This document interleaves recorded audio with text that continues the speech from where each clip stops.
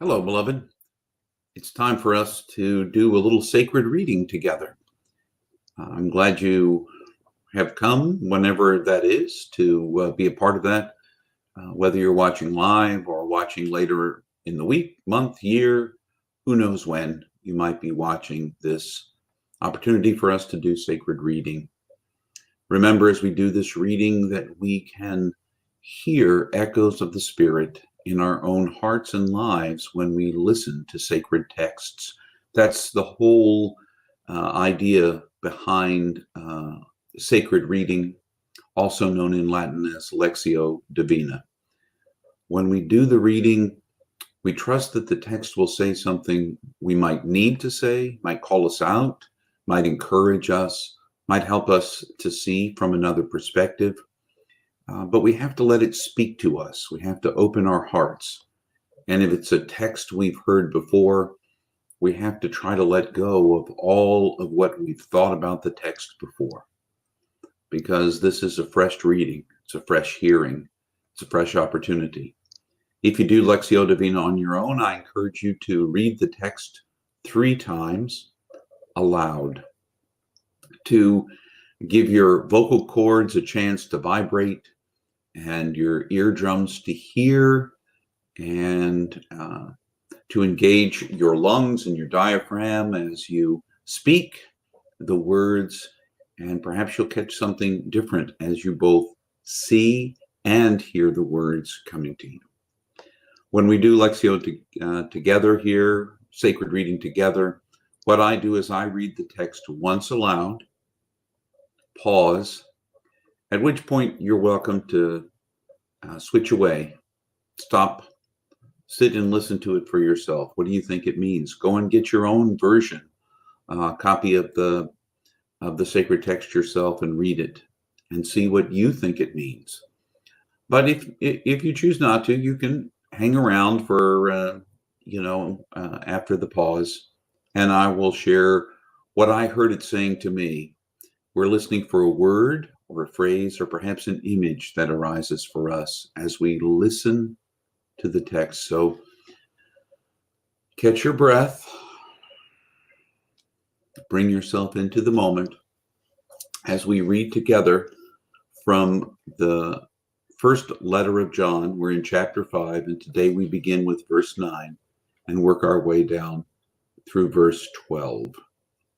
So let us listen for a word from Spirit to us today.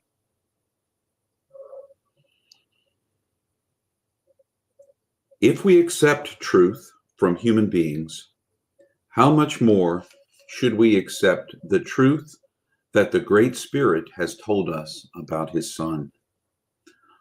The ones who trust in the Son of the Great Spirit have accepted this truth in their inner beings.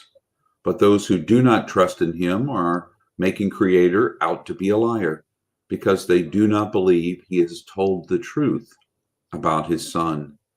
And the truth we have heard from Creator is that he gifted us with the life of the world to come that never fades away, full of beauty and harmony, and this life is found in the Son. The ones who have the Son have life. The ones who do not have Creator's Son do not have life.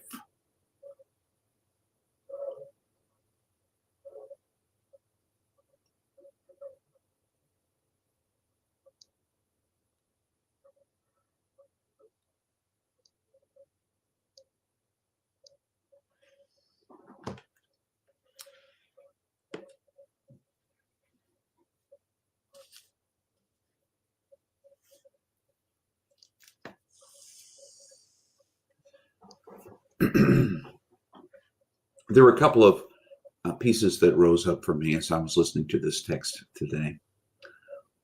One is I heard the words inner life. And then I heard toward the tail end to have life, not just once, but twice.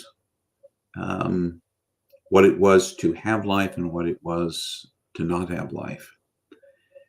And what rose in me is a question, not so much an answer as a question. And the question, I don't know that I have an answer for, but if Rilke is right, living the questions is important. Even better sometimes than the answers themselves. So, what is life? I mean, what is life? I hear people talk about it all the time. I talk about everyday life regularly. What does it look like to live our faith, our spirituality in everyday life? But what is life? Is it the animation of my spirit in this particular form, in this body? Having made reference to the inner life, is life something even deeper, perhaps, than the fact that I'm breathing in and out and my heart is beating? Is there more to life? Is there something deeper about what life means? Think about it for a moment. For yourself, when you say the word life, I hear that phrase regularly, get a life or live your life. What is it? Is it that space of time from birth to death? Is that what life is? Is life something more? Is it not just a quantity of days? Is it a quality of experience? Because that question rises to me as I hear that word life. Asking myself, when I hear the word life, what did I hear? And I have to be honest, my first hearing is kind of at the very surface level, this living, breathing, heart beating time from my birth until whenever I die. But it seems to me this text is pointing to a deeper sense of what life is, not just the quantity of days, but the depth and the quality of those days, of really, perhaps, for me, I would express it as perhaps being present, really present in the moments I find myself, so I don't miss anything. Rather than dwelling on the things I might have said or done, trying to be here now. Now, that doesn't mean that I don't dwell on aspects of my life periodically and get caught up in mistakes. I get especially caught up in the mistakes I've made. Not so much of the successes I've had, but the mistakes I've made. But life is now. And this inner life is worth cultivating now. And if it's something more than a quantity of days, and even a quantity of experiences to be had, if it is truly being alive in this moment, not just having life, but living the life, living it as fully as I can, this inner life, this outer life, the text tells me that if I truly trust in what Creator says about the Son, then I might experience this full life, because then I might also believe what the Son has to say about what life looks like. And it's not about hoarding life to myself. It's about giving it away. It's about giving my life, being present in the moment, doing my very best. That's what I hear.